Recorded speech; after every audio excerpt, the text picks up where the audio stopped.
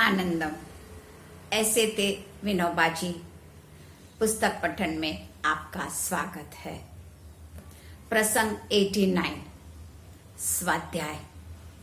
स्वाध्याय यानी किताबों का अध्ययन नहीं, स्वाध्याय यानी स्व का अध्ययन, खुद को पहचानना, मैं कौन हूँ की गहराई में गोता लगाना, स्वरूप को साक्षात्कार करना। पुस्तकों का अध्ययन उसका एक छोटा सा साधन बन सकता है। विनोबा जी स्वाध्याय के सोपान गिनाते थे। आत्म परीक्षण, सत्संग, सृष्टि संपर्क, सज्जन सहवास, नाम स्मरण, सामाजिक प्रभावों का तटस्थ अवलोकन, धार्मिक आध्यात्मिक ग्रंथों का परिशीलन। ब्रह्म विद्या मंदिर की अपनी एक अपेक्षा को मुखरित करते हुए बाबा कभी कहते थे, भारत में 5 बहनों के नाम मशहूर हैं। कश्मीर की लल्ला, राजस्थान गुजरात की मीरा, महाराष्ट्र की मुक्ता, कर्नाटक की अक्का महादेवी और तमिलनाडु की आंडाल। लेकिन फिर भी वे शास्त्रकार नहीं बने। शास्त्रकार जितने बने सारे पुरुष ही थे। अभी तक ब्रह्म विद्या का जो शास्त्र बना, जो पुरुषों ने बनाया है, वह एकांगी बना। अब मैं अपेक्षा करता हूँ कि उसमें संशोधन हो और संशोधित ब्रह्म विद्या दुनिया के सामने आए और वह काम बहनों के द्वारा हो। जब स्त्रियां जागेंगी और स्त्रियों में शंकराचार्य जैसी प्रखर ज्ञान, वैराग्य संपन्न, भक्तिमान और निष्ठावान शास्त्रकर्ता पैदा होगी, तब स्त्रियों का उद्धार होगा और समाज का चित्र बदलेगा। एक दिन एक बहन ने पूछा, हम ब्रह्म विद्या मंदिर में जाकर रहेंगे, वहां हम क्या अध्ययन करें? गीता, उपनिषद, कुरान, बाइबिल आदि ग्रंथों का? सुनकर बाबा ने कहा, प्रथम अध्ययन नहीं, प्रथम अनलर्न करना। आधुनिक संस्कार लेकर आप सब तैयार हुए हो, सर्वप्रथम तो अपने गलत संस्कारों का पहुंचना होगा, उसके बाद ब्रह्म विद्या के संस्कार ग्रहण होंगे। आज की शिक्षा विद्यार्थियों के सिर पर सींग पैदा करती है, उन सींगों को घिसना होगा, तब जाकर कहीं ब्रह्म विद्या का ग्रहण होगा। ब्रह्म विद्या मंदिर के प्रारंभ के दिन थे।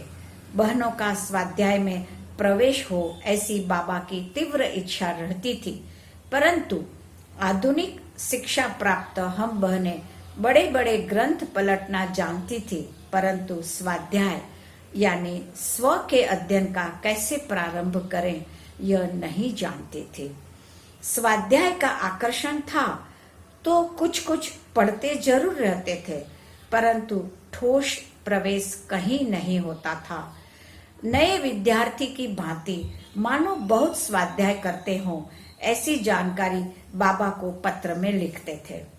ऐसे एक पत्र में उत्तर में बाबा ने लिखा, गंभीर अध्ययन के चिन्ह दिखते नहीं, जो कुछ दिखता है वह फूट कर दिखता है, थोड़ा यह थोड़ा वह, आचार पापड़ रायता, भोजन में रोटी तो कहीं दिखती ही नहीं। प्रसंग 90। मौन। आश्रम में विविध प्रकृति की बहनें एक साथ रहती थी। किसी को अधिक बोलने की आदत तो कोई बहुत कम बोलेंगी। अधिक बोलने वाली बहन कभी अपनी वाचालता से अकुला जाती और बाबा के पास उपाय पूछने जाती। बाबा कहते थे, दिन भर में गिनकर 10 वाक्य बोलने का अभ्यास करो। वह बहन ऐसा अभ्यास शुरू करती है और फिर अपने अनुभव का वर्णन करते हुए कहती है, अरे 10 वाक्य की भी क्या जरूरत है, नाहक बोलने में कितनी शक्ति खर्च कर डालती हूँ। दूसरी ओर जो कम बोलती है उसको बाबा कहते थे, मौन का भी मौन करो। व्यक्ति किसी भी प्रकार की आत्यंतिकता में चली न जाए, उसके लिए उसे प्रसंग देखकर सावधान करते रहते। वे कहते थे, मौन यानी मुनिवृत्ति, मननशील जीवन।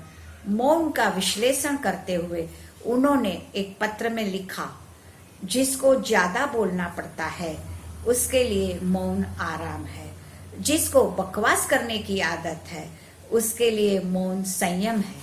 मैं रात को मौन करता हूँ, मेरे लिए वह समाधि का अभ्यास हुआ और मृत्यु का पूर्व प्रयोग। मौन आदि साधन सप्रयोजन होने चाहिए, वे स्वयं में आध्यात्मिक साधन नहीं है। प्रसंग 91। ध्यान। ध्यान, समाधि आदि शब्द विनोबाजी के लिए निराले अर्थ के द्योतक। ध्यान यानी खुद की मुलाकात, ध्यान यानी खाली, ध्यान यानी सावधानता, ध्यान यानी स्वच्छता, ध्यान यानी गुणी दर्शन। ऐसा ऐसा अर्थ करके वे ध्यान के किसी प्रकार के विधि विधान में नहीं जाते थे। ध्यान का सीधा संबंध जीवन से जोड़ते हुए वे कहते थे, हमारा कुल जीवन ही ध्यानमय बने। ध्यान के लिए कोई स्वतंत्र साधन हमें करना न पड़े, इसी में ब्रह्म विद्या की खूबी है। कर्मयोग में जहाँ स्वच्छता का ख्याल रहा, वहाँ उसकी योग्यता ध्यान योग के बराबर होती है। आसपास का सब स्वच्छ हो, यह जहाँ ख्याल रहता है वहाँ मन में भी स्वच्छता रखने की तरफ ध्यान जाता ही है। अंतर्बाह्य स्वच्छता में सहज आरोग्य सधता है। समाधि और समाधान का संबंध जोड़ते हुए वे कहते थे कि दोनों शब्द धा धातु को सम वत्ता आ उपसर्ग लगाकर बने हैं। जिसका चित्त 24 घंटे समाधान में रहता है वह नित्य समाधिस्थ है। आंख कान बंद करके एकांत में ध्यान करने में उनको रस नहीं था। वे तो कबीर की भांति सहज समाधि के पुरस्कर्ता थे। कबीर के वचन को हमेशा दोहराते रहते, आंख न मुंदो कान न रूंदो, हंसी हंसी सुंदर रूप निहारो, साधो सहज समाधि भली। धन्यवाद।